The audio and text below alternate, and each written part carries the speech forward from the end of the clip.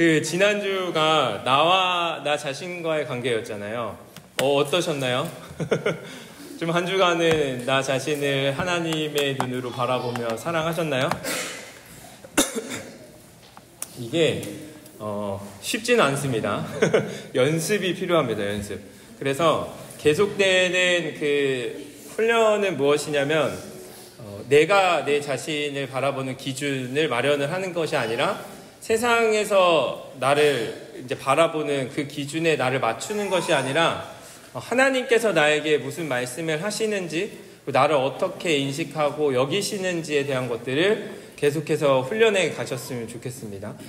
책 한 권을 더 소개해 드릴게요. 제 제자반에서 과제를 하나 냈었는데 그냥 읽고 싶은 책 한 권 읽고 나눔을 했는데, 한 분이 주님의 품이라는 책을 읽고 되게 좋았다 해서 보니까 이 책도 하나님이 우리에게 보내주신 약간 편지 같은 글이더라고요. 그래서 편지 형식으로 돼 있는데, 여기 보면 나의 자녀야, 감정을 따라 너의 믿음을 평가하지 마라, 감정은 언제나 요동친다, 결실을 맺으려면 인내가 필요하단다, 이런 식으로 하나님이 우리 자신에게 이야기해 주시고 또 우리 자신이 어떠한 존재인지에 대해서 알려주는 책입니다. 김유비가 딱 여자 이름 같아요. 검색을 해보니까 아저씨더라고요. 그래서 좀 의아하긴 했는데 그래도 그 내용들이 성경 안에서 있는 내용들을 가지고 또 이렇게 편지 형식으로 작성을 해서 이런 책들을 좀 계속 참고를 하셔가지고 매일매일 여러분들이 어떠한 존재인지 하나님의 시각으로 계속해서 보려고 하면요, 건강한 자아가 있어야 또 건강하게 주변 사람들을 사랑할 수 있음을, 또 나 자신과 같이 그 사람이 존귀한 자라는 것을 인식하며 살아갈 수 있기 때문에 함께 계속해서 훈련을 해 주셨으면 좋겠습니다. 그리고 계속 이제 지혜에서의 포인트는 무엇이냐면, 삶의 우선순위를 얘기를 할 때에 관계 안에서 어떤 우선순위를 먼저 두어야 하는지에 대한 내용들로 진행을 하고 있습니다. 첫 번째가 뭐였죠? 누구와의 관계? 네.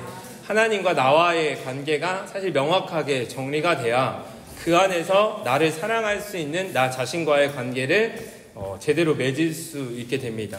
그리고 세 번째가 바로 무엇이냐면 남편입니다. 남편. 이제 좀 어려운 숙제예요, 이게. 세 번째는 왜 남편일까? 자녀가 아닌 남편일까라고 생각을 해보면서 이제 좀 고민을 했는데, 션의 이야기로 한번 시작을 해보도록 하겠습니다. 남편과 나와의 관계를 얘기를 할 때에 션이 어떤 이제 TV 프로그램에 나와서 자녀와 아내의 이야기들을 쭉 할 때 어떤 얘기를 했냐면, 결혼하고 나서부터는 많은 사람들이 아이 중심으로 삶이 바뀌어가게 된다. 그러다 보니 이렇게 자는 것도 애들이랑 자게 되고 나눠지게 되고 모든 삶의 중심이 또 애들로 개편이 되는 그런 부분들을 이제 이야기를 하면서 나무와 열매의 비유를 얘기를 합니다. 그러면서 자기는 자녀들은 열매와 같다. 나무 열리는 열매와 같고 아내는 나무와 같다. 이렇게 얘기를 하더라고요. 그래서 무슨 얘기를 했냐면, 나무보다 그렇기 때문에 열매를 더 사랑할 수 없다. 왜냐면 나무가 있기 때문에 열매가 있지. 그리고 나무가 건강해야 열매가 건강하지, 이 나무를 무시한 채 열매만 바라보게 되면 안 된다라는 이야기를 하면서 자기 아내를 그렇기 때문에 얼마나 사랑하는지에 대해서 막 얘기를 하더라고요. 주의사항이 있습니다. 여기 다 여성분들밖에 안 계시기 때문에 천의 영상은 아내랑 보면 안 된다. 네, 힘들었습니다. 쉽지 않아요. 그래서 이 이야기를 저는 반대로 한번 생각을 해봐도 동일하다라고 생각을 합니다. 아내 편에서도요, 남편을 생각할 때에 그 남편이 나무의 역할이고요, 아이들은 열매입니다. 사실 남편 없이는 그 열매가 맺혀질 수 없다라는 것, 그리고 그 남편이 건강하게 자라야, 또 건강하게 유지되어야 이 아이들도 건강하게 자랄 수 있다라는 것들을 생각해 본다면, 그 우선순위에 있어서 아이들보다는 남편이 먼저 되어야 한다라는 것을 우리가 다시 한번 좀 정립을 할 수 있을 것 같습니다. 무엇보다도 남편과의 관계가 중요합니다. 그 이유는 무엇이냐면, 하나님께서 우선은 그런 세팅을 해놓으셨기 때문입니다. 가정이라는 세팅 구조 안에서는 남자와 여자를 창조하셨다 말씀하셨고, 그 남자와 여자가 한 몸을 이루었다라고 이야기를 해주셨거든요. 그래서 여기서 조금 이제 어려운 게 한 가지가 뭐냐면, 그 남편은 완전한 타인입니다. 맞나요? 타인이에요. 타인이면서도 동시에 완전한 나로 인식해야 되기 때문에 남편이 어려운 거예요. 그러니까 저도 똑같습니다. 아내가 저에게는 완전한 타인이거든요. 근데 성경적인 관점으로 보면 또 완전한 나인 거예요. 그러니까 여기서 괴리가 온다라는 거예요. 그리고 내가 생각하는 것과 남편이 생각하는 것들이 달랐을 때에 저 사람은 왜 저러지가 나갈 수밖에 없는 게, 이게 굉장히 성경적인 원리구나. 그러니까 몸으로 봤을 때는 다른 사람인데 성경적인 관점으로 봤을 때는 하나됨, 한 몸을 이루라라고 이야기를 하는 것들을 보면서, 그렇기 때문에 우리가 이 간극을 줄여나가는 게 핵심인 것 같아요. 그 사람을 바꾸는 게 핵심이 아니라 내 인식과 우리의 삶에 대한 그 간극들을 좁혀나갔을 때의 남편과의 건강한 관계, 바른 관계가 유지될 수 있다라는 그 부분들을 우리가 기억하면서 함께 이제 내용들을 나눠보려고 합니다.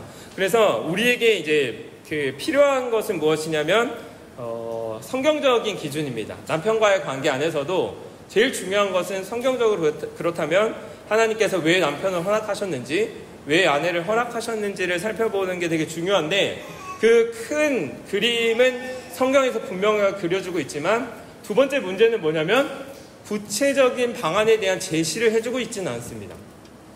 그게 이제 또 이게 문제예요. 문제라기보다는 어려움이죠. 그래서 목사님, 남편이랑 이제 다 결혼하셨으니까 성관계를 한 달에 몇 번 해야 합니까? 성경에 적혀있지 않습니다. 몇 번 해라 이렇게 얘기하고 있지 않거든요. 근데 몇 살까지 해야 됩니까? 그런 것도 사실 정해주지 않았어요. 기본적인 방향과 그 목표와 목적들을 얘기할 뿐 그런 구체적인 부분에 대해서 이야기를 하고 있지 않기 때문에 우리에게 필요한 한 가지 관점은 무엇이냐면 바로 성경적인 세계관이 필요합니다. 근데 이 성경적인 세계관이라는 단어가 굉장히 거창한 것 같지만 그냥 안경이다라고 생각을 하시면 돼요. 그러니까 성경적 관점에서의 렌즈로 갈아 낀다. 그래서 우리가 남편을 바라보는 그 관점들이 기본적인 그 관점과 방향들을 성경에서는 제시해 주는데, 그 이외의 구체적인 방안에 대해서는 그 테두리 안에서 그 하나님이 허락해 주신 건강한 그 경계 안에서 우리가 자유롭게 진행을 하시면 된다. 사실 이게 성경에서 말하는 부부관계의 핵심입니다.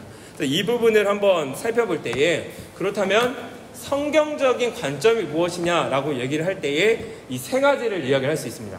창조, 타락, 구속. 그래서 무조건 성경적인 관점으로 바라보라고 해서 좋은 게 좋은 거다라고 이야기를 하는 게 아닙니다. 성경적인 관점이다라는 것은 처음에 하나님이 어떻게 창조하셨는지에 대한 창조의 원형을 살펴보아야 합니다. 부부 관계로 본다면, 남편과의 관계로 본다면 남편을 왜 우리에게 허락하셨는지, 부부를 왜 허락하셨는지에 대한 그 원형에 대한 모습들이 성경 안에서는 어떻게 나와 있는지를 먼저 확인하는 게 핵심이고요. 두 번째, 그런데 왜 우리 관계는 이렇지? 나는 왜 남편을 이렇게 생각하지?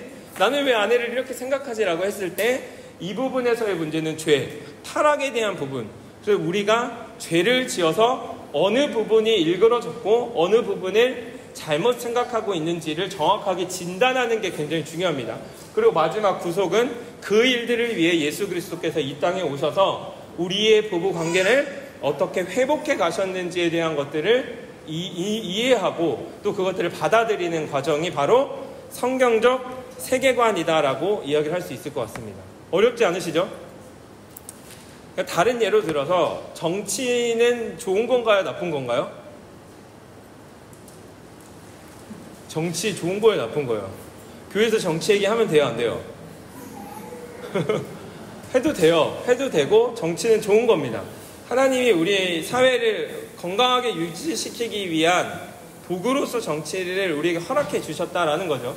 그렇다면 정치를 바라보는 창조적인 입장, 그런데 왜 이것들이 좋지 않게 타락하게 되었는지에 대한 것들을 판단하고 우리가 그렇다면 어떻게 예수 그리스도의 마음과 생각들로 그 정치를 아름답게 해나갈 수 있을지에 대한 고민을 해나가는 게 결국에는 정치를 성경적 세계관으로 바라본다라는 것을 이야기한다라는 거죠. 동일한 맥락입니다. 그러니까 남편과의 관계에서도 구체적인 내용들이 다 제시되지 않아도 상관없습니다. 왜냐하면 이 기본적인 세계관을 가지고 남편을 계속해서 바라보게 되면 각자의 상황과 그리고 각자의 이제 여건들과 상황들이 있게 되는 거거든요. 그런 부분들을 하나씩 맞춰갈 수 있게 된다라는 것이죠.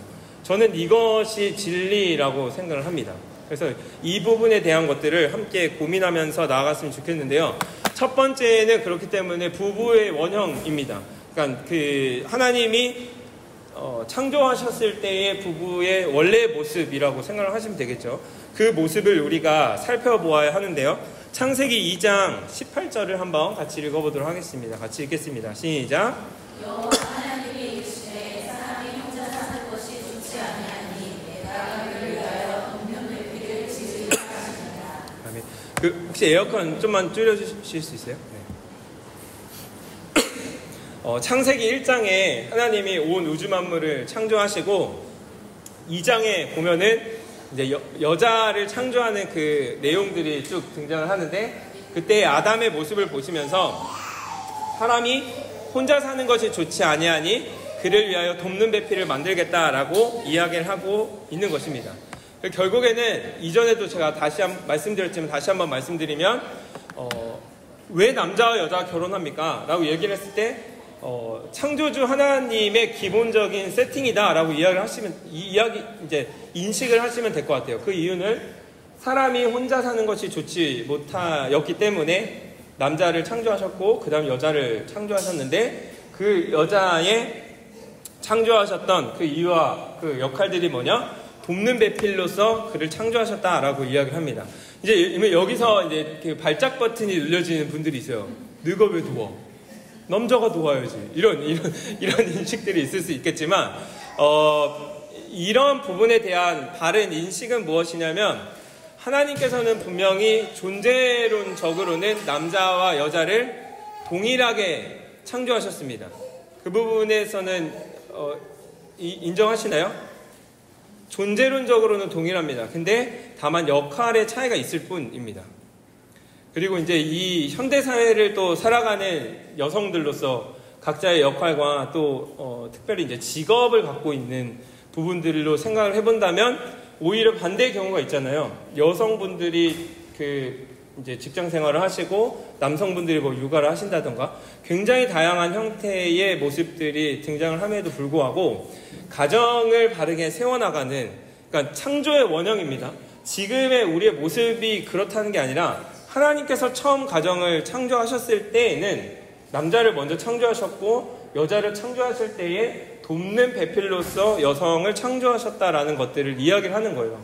존재론적으로는 동일하지만 역할의 구분이 있다라는 것들로 인식할 수 있고, 사실 이 돕다라는 에제르라는 그 히브리 원어를 보면요, 조력자의 의미입니다. 그냥 무조건 뒤에서 허드렛 일하고 이런 느낌이 아니에요.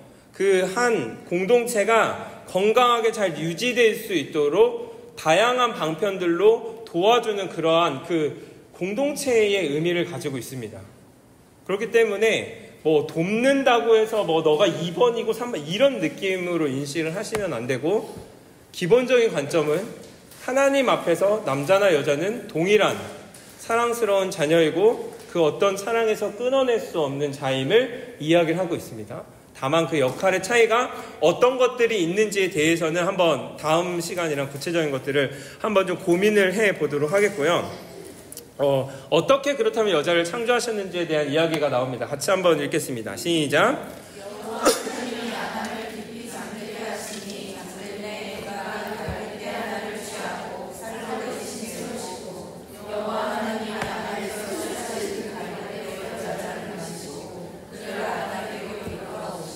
네, 하나님의 방법이었습니다. 아담을 잠들게 하셨고 그 잠들었을 때 갈빗대 하나를 끄집어내서 그것을 가지고 여자를 만드셨다. 어떤 과정, 어떤 부분으로 한지는 잘 알지는 못하겠지만 여기서의 핵심은 남자의 어떻게 보면 원 재료를 가지고 어떤 것들을 구상을 했다라는 것을 이제 암시하고 의미를 할 수 있을 것 같습니다. 그렇기 때문에 남자와 여자가 합하여 이제 한 몸을 이룬다라는 그 의미에 대한 것들에 어떻게 보면 작은 힌트를 우리에게 또 던지고 있는 걸 수도 있을 것 같습니다. 23장, 23, 24절 같이 읽겠습니다. 시작. 아담이 이르되 이는 내 뼈 중에 뼈요 살 중에 살이라. 이것을 남자에게서 취하였은즉 여자라 부르리라 하시니라.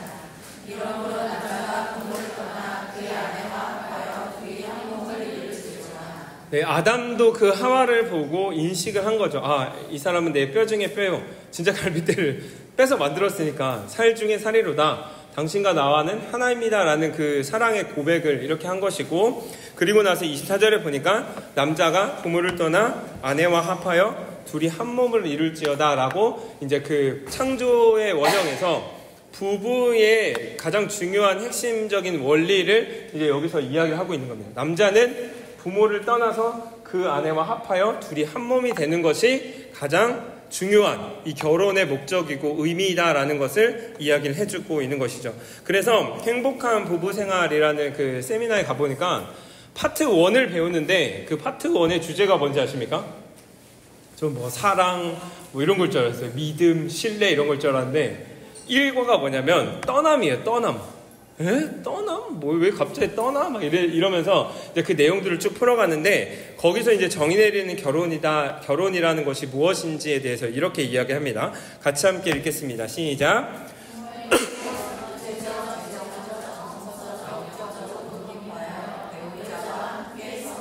네, 결혼을 했을 때에 남자와 여자가 한 몸을 이루어 해야 하는 것이 무엇이냐면 육체적으로 그리고 재정적으로 정서적으로 영적으로 독립하여 배우자와 함께 서나가는 것, 이것이 결혼의 가장 중요한 부분이다라고 이제 이야기를 하고 있는 거죠. 제 경우 같은 경우 저도요 결혼을 하고 나서도 그 누나 카드를 썼어요. 누나 카드.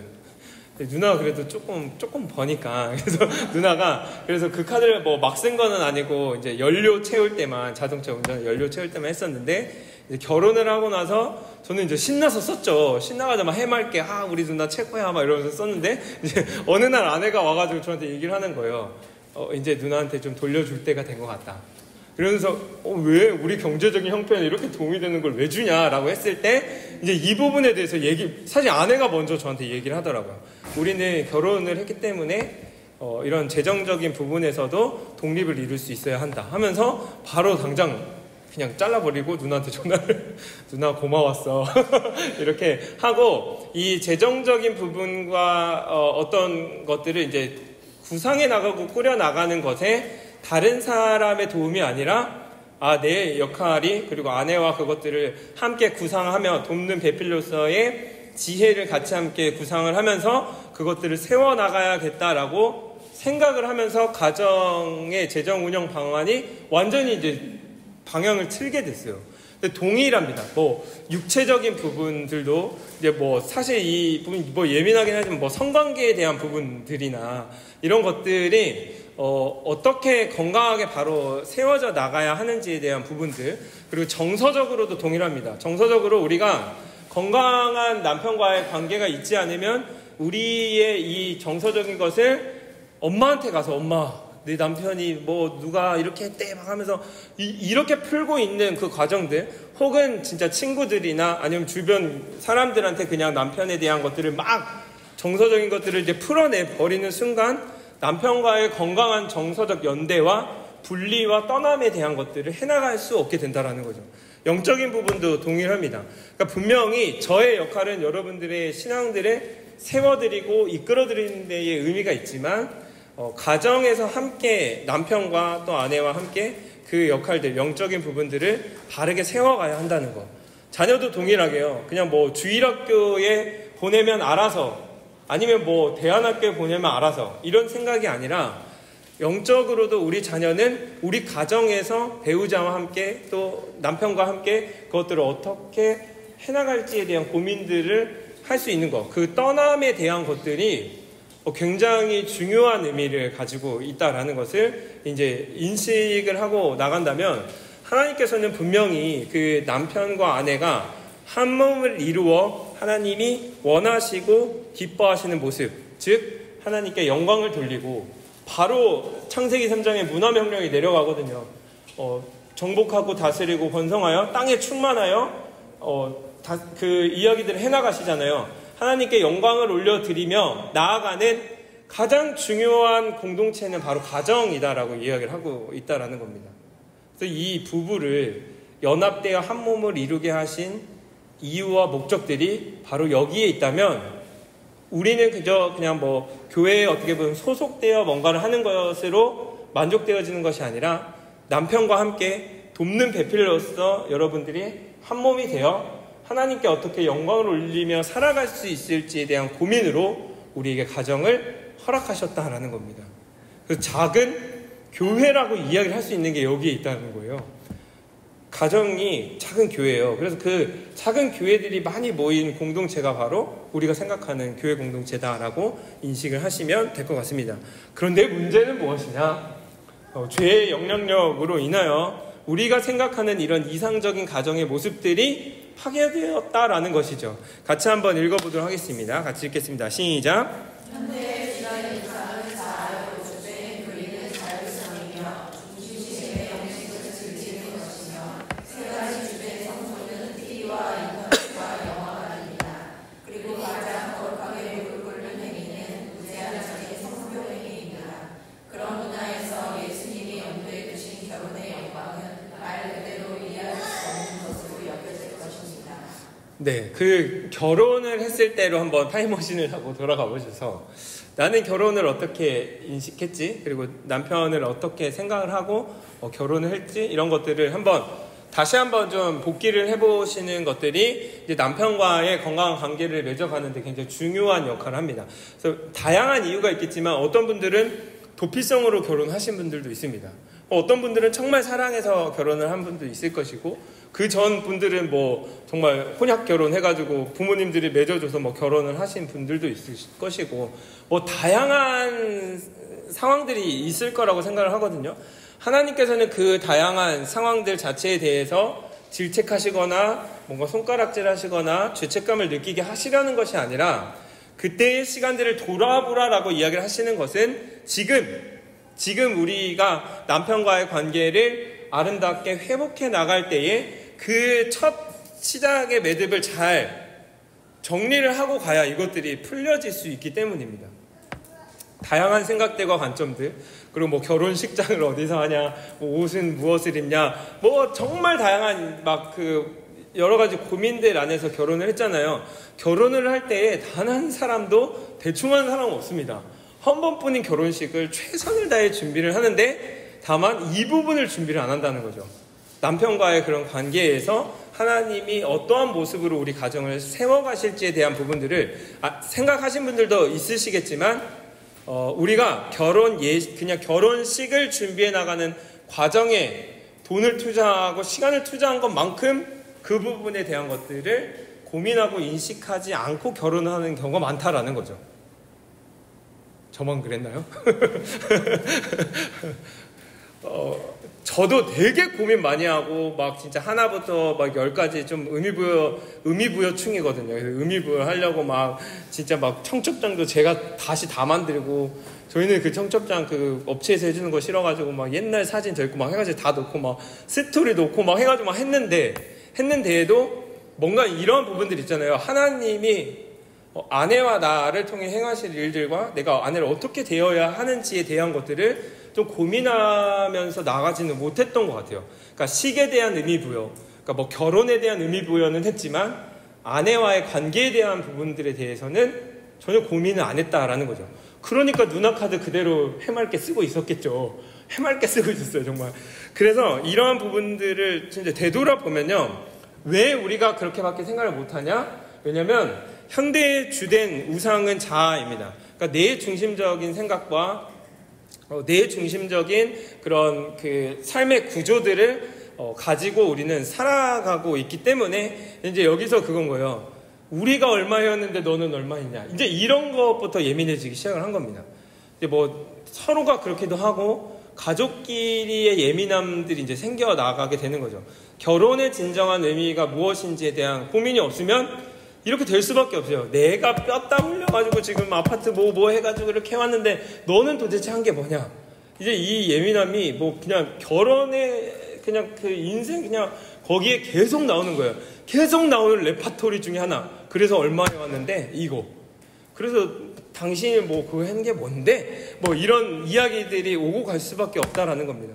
그래서 요즘은 뭐 결혼하기 전에 건강검진 무조건 다 받고 그 결과 보고 한다라는 뭐 그런 얘기들도 뭐 있잖아요. 근데 그게 진짜 뭐 사실이기도 하더라고요. 그러니까 뭐 내가 너 병수발하려고 결혼했냐? 라는 이런 이야기들이 이제 나오게 될 수밖에 없는 상황들이 결국 나 중심적인 생각과 사고들로 우리의 모든 삶의 패턴과 상황들이 결부되었고 세상적 관점에서 그것들을 우리에게 주입하였다는 게 문제입니다. 그러니까 결혼식 때 이 정도 안 하면 날 무시한 거고 남편이 이 정도 안 해주면 이 결혼식에 대한 마음이 없는 거고 나를 사랑하지 않는 거고 이러한 것들로 진짜 생각보다 이상한 것들로 우리가 빠지면서 뭐 파혼이 되기도 하고 지금도 예민한 감정들을 느끼고 계신 분들이 저는 있을 거라고 생각을 하거든요.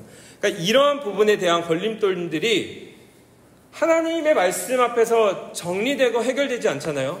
아무리 뭐 남편 올 때 뭐 맞이해 주십시오, 뭐 하루에 한 번씩 뭐 뽀뽀해 주십시오, 사랑의 말씀해 주십시오. 사랑의 말을 하는데 내 마음속은 여전히 불편한 거예요. 그래서 얼마 해줬는데 이게 계속 영향을 미칠 수밖에 없다라는 거죠. 주된 교리는 자율성입니다. 그냥 본인들이 하고 싶은 대로 결혼을 해서 나는 이 정도는 내가 하고 싶은 대로 할 거야 라는 것들을 뭐 못 받기도 하죠. 특별히 최근에는 여성분들은 이제 나는 일을 할 거야.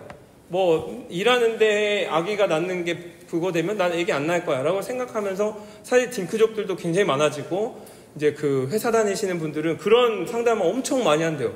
애 낳으면 여자 인생 없잖아요. 그래도 결혼해야 돼요? 결혼 왜 해야 돼요? 이런 상담을 한대요. 그런 상담들을 해나가는 그 과정들이 결국에는 여기 이런 자율성과 자아, 즐기지 못하거든요.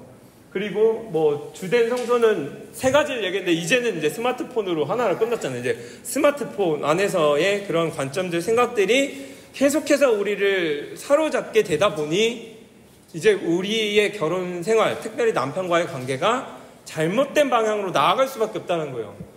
신혼여행 어디 다녀오셨어요? 저희는요 어디 갔다 왔는데요. 이거 봐, 내 남편은 이거 준비도 안 하고 뭐하냐, 날 사랑하지 않는 거야. 이거에 이제 꽂히는 거예요. 이제 이거에 꽂히면 이제 그걸로만 나갈 수밖에 없다라는 거죠. 그래서 진정한 하나님이 부부의 원형들을 어떻게 해나가셨는지에 대한 것들을 발견해 나가고 내가 왜 꺼림직한 것들이, 왜 남편에게 불편한 것들이 있는지 한번 고민해보는 시간. 그 시간이 굉장히 중요합니다. 그럼에도 불구하고 남자만 잘하면 됩니다. 네. 남자만 잘하면 돼요. 네, 남자만 잘하면. 그럼에도, 그러니까 여성 측면에서 같이예요, 같이. 쌍방이거든요. 이거는 절대 일방은 없습니다. 쌍방에서 같이 함께 고민해보고 이런 것들을 어떻게 해나가야 할지에 대한 것들. 특별히 이제 뭐 여성분들은 아니지만 뭐 남성분들은 어떻게 보면 여성을 그런 성적인 도구로 여기는 사람들도 있습니다. 네. 그리고 쉽게 그런 방향들로 나아갈 수 있고, 특별히 여성분들은 그렇게 자신을 느끼실 수도 있어요. 남편이 그렇게 하지 않더라도. 그럼 뭐 속도의 차이나 빈도수의 차이나 뭔가 그 흥분하는 흥분의 질적인 차이에서의 간극들이 남자와 여자가 발생을 하거든요. 그 부분에 대한 것들이 세상의 이제 미디어와 매스컴의 영향을 받아서 어느 정도 남자들은 여자들을 성적인 도구로 인식하는 부분들이 없지 않아 있습니다, 이게. 그리고 제가 저만 그런지 모르겠는데 이 성관계를 맺으려고 하는데 모르겠는 거예요. 누구한테 물어볼 사람도 없고 찾아볼 것도 없고 저는 너무 당황스러웠거든요. 어떻게 해야 되지? 이런 것들을 보다 보니 이제 세상에서 등장하는 그런 내용들, 틴더톡인가? 그 뭐 생리주기 체크하는 거에 막 올라온 거 저 좀 충격 많이 받았어요. 막 고등학생이 뭐 남자친구와 막 대학생들은 뭐 결혼도 안 하는 애들이 막 뭐 측경을 했는데 뭐 막 그런 글들 있고 뭐 막 그런 거 나왔을 때에 이렇게 사실 죄된 것들에 물들어 버린 거죠. 그래서 이 육체적으로도 분명히 하나님은 한 몸을 이루기 위한 신체적인 구조를 이것들을 메커니즘을 만들어 가셨다면 분명히 이 메커니즘으로만 생명이 생겨나고 그 사랑을 나눌 수 있는 구조로 간다면 이 육체적인 연합과 일치에 대한 부분들을 같이 이야기를 해나가는 게 좀 중요한 것 같아요.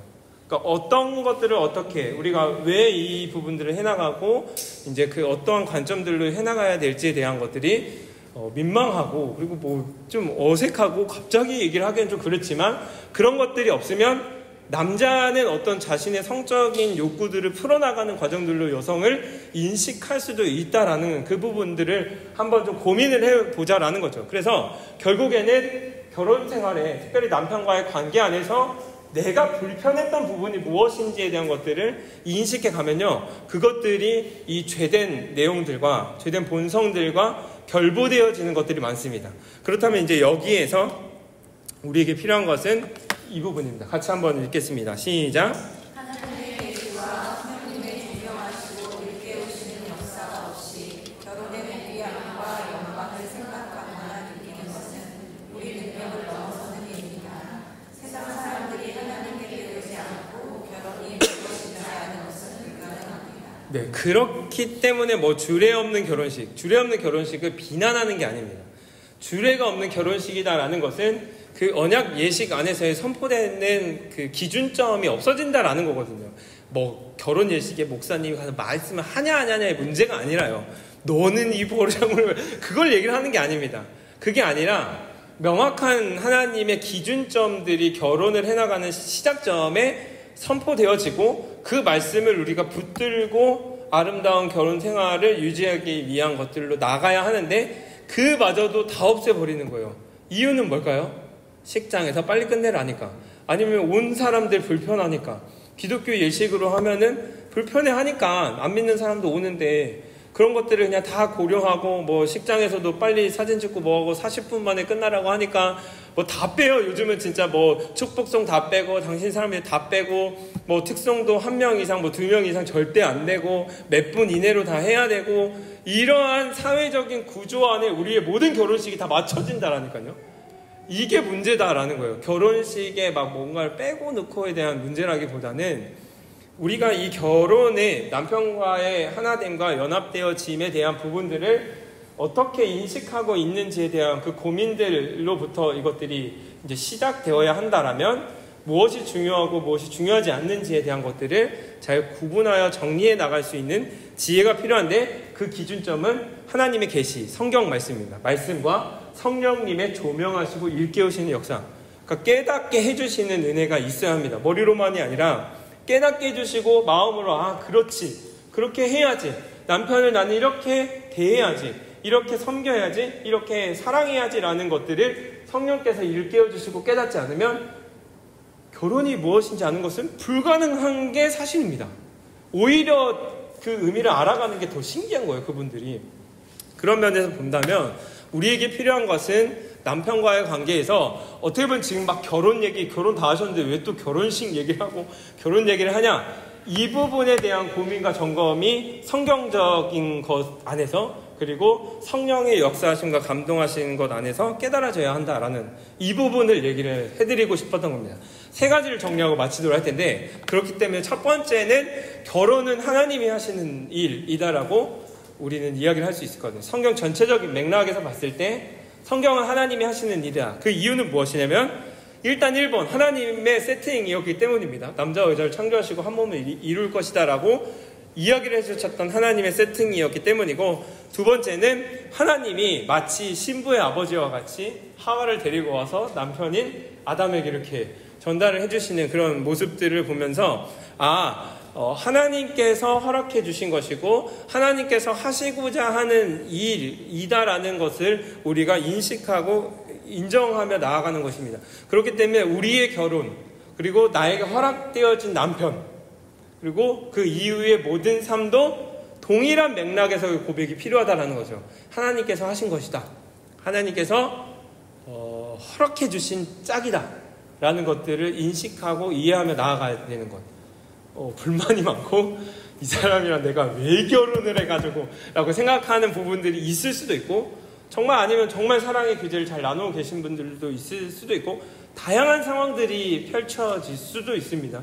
우리의 삶의 여정들 속에서 뭐 저희 집 같은 경우는 뭐 전자에 해당했겠죠. 그 아버님, 아버지, 어머니의 사이 진짜 뭐 평생을 알코올 중독을 겪으시면서 고생만 시키다 가신 아버지.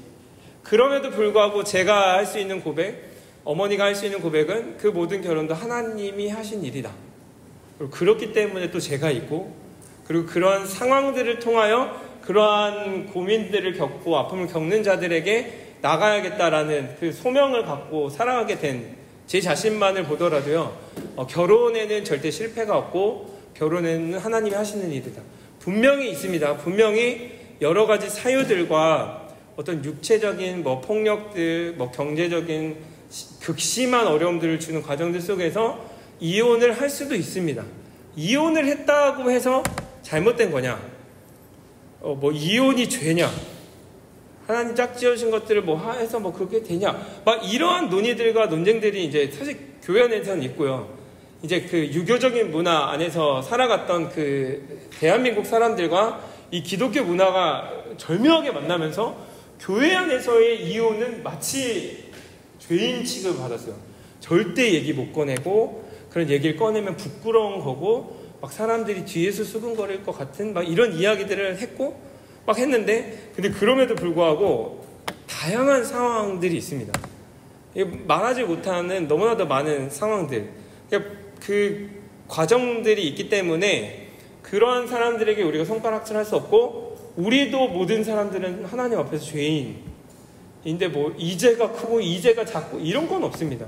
하나님 앞에서 우리는 모두 죄인이고 동일한 사람으로서 서 나가는데 다만 그러한 영혼들을 우리가 품을 수 있는 공동체냐, 그런 교회냐, 그런 환대가 있느냐, 그런 따뜻함이 있느냐, 그리고 새로운 출발을 해나가기 위한 과정들 안에서 도전을 주고 소망을 줄 수 있는 공동체, 이게 더 중요합니다.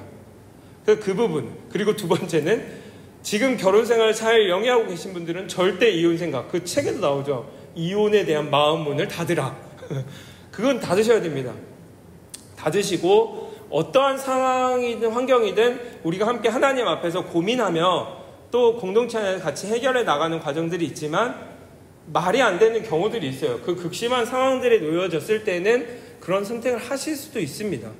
그런 부분에 대해서 우리가 너무 정죄하거나 그런 분위기들로 몰아가는 것들에 대해서는 좀 주의를 해야 함에도 불구하고 가장 기본적인 인식은 결혼은 하나님이 하시는 일이다. 이거에 대한 고백들을 우리가 함께 해나간다면 여기서부터 이제 남편과의 바른 관계는 시작이 될 수 있다. 그 두 번째는 뭐냐면 그 일들은 하나님의 영광을 위한 일이다.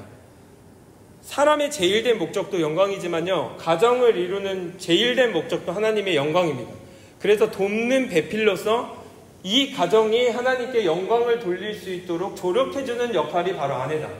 이거예요. 뒤에서 뭐 설거지하고 빨래하고 해가지고 돕는 거를 얘기를 하는 게 아니라 설거지 빨래 남편들이 해야죠. 그죠? 힘 많은 남편들이 도울 수 있는 건 도와야죠. 적절한 가정의 일거리에 대한 분배와 분류는 저는 필요하다고 생각하는데 돕는 조력자의 역할은 이겁니다. 남편이 그 하나님께 영광을 돌려나가는 일들을 잘 해나갈 수 있도록 도와주는 역할. 저희 아내와 같이 이제 이야기를 해주는 거죠. 근데 여보, 그 카드 다시 줬으면 좋겠어. 왜? 라고 했을 때 이제 그런 얘기들을 지혜롭게 해주면, 아, 그러네.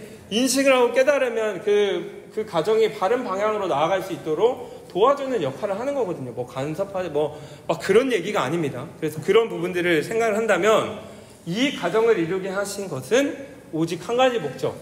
하나님께 영광을 돌려드리기 위한 과정들로 남편과의 육체적인 관계를 어떻게 맺어갈 건지, 재정적인 부분들을 어떻게 구상해 갈 건지, 그리고 영적인 부분들을 어떻게 해가고 정서적인 교류와 교감들을 어떻게 나눠갈 수 있을지에 대한 것들을 생각을 해나가시는 게 지혜입니다. 이제 좀 이해가 되셨나요? 네.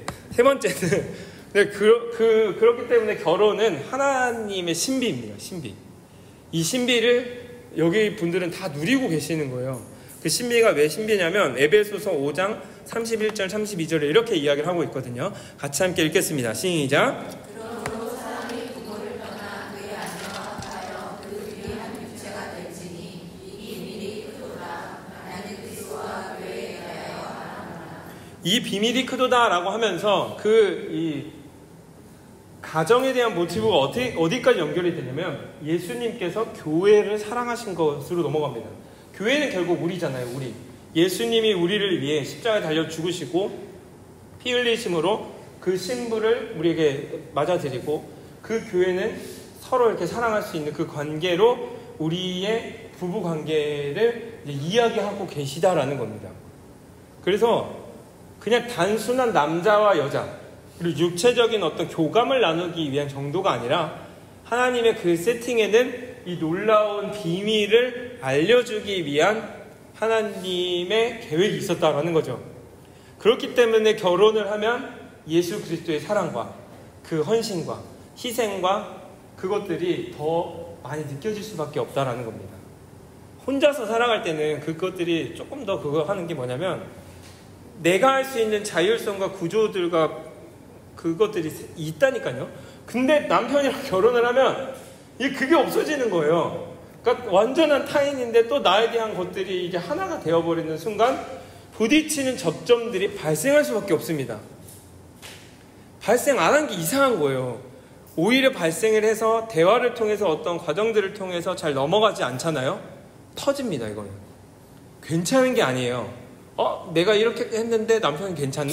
괜찮은 게 아니에요. 그거는 언젠간 터질 일이에요. 그리고 남자들의 그 나쁜 행동이 뭐냐면 뒤에서 뭔가를 해나갑니다.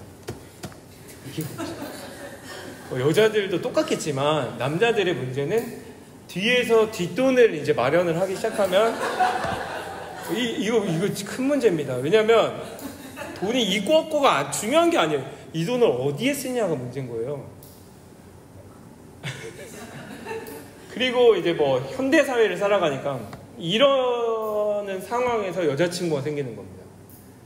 이거는 저는 교회 필단에만 있어서 몰랐는데 그냥 너무나도 그냥 당연한 얘기래요.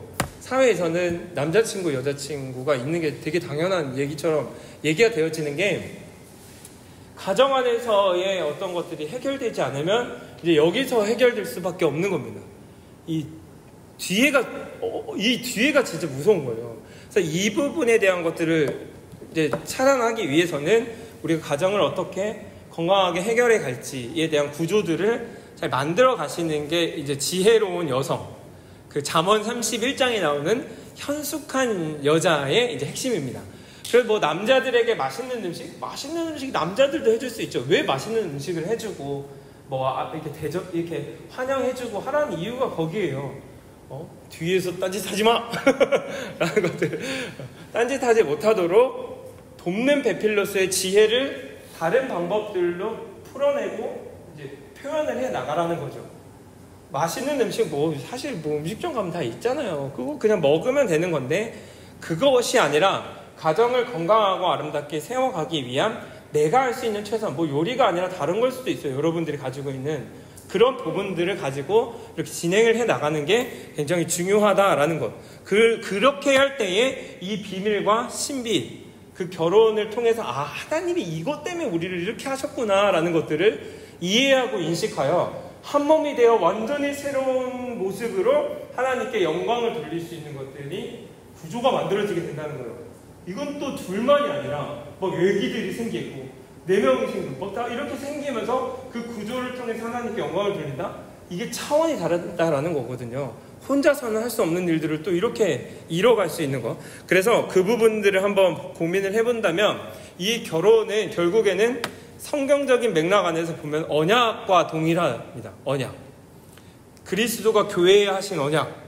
그 언약은 창세기 3장부터 시작이 해요. 죄 지은 인간에게 예수님이 하나님께서 이 약속을 해주시거든요. 죄를 지어 에덴 동산에서 떠나게 되었지만 내가 너를 구원할 거야 라는 그 약속을 창세기 3장부터 해주시고 아브라함에게 주시고 모세에게 해주시고 다윗에게 해주시고 예수님께 가면서 그 언약의 성취가 이루어지게 된 겁니다.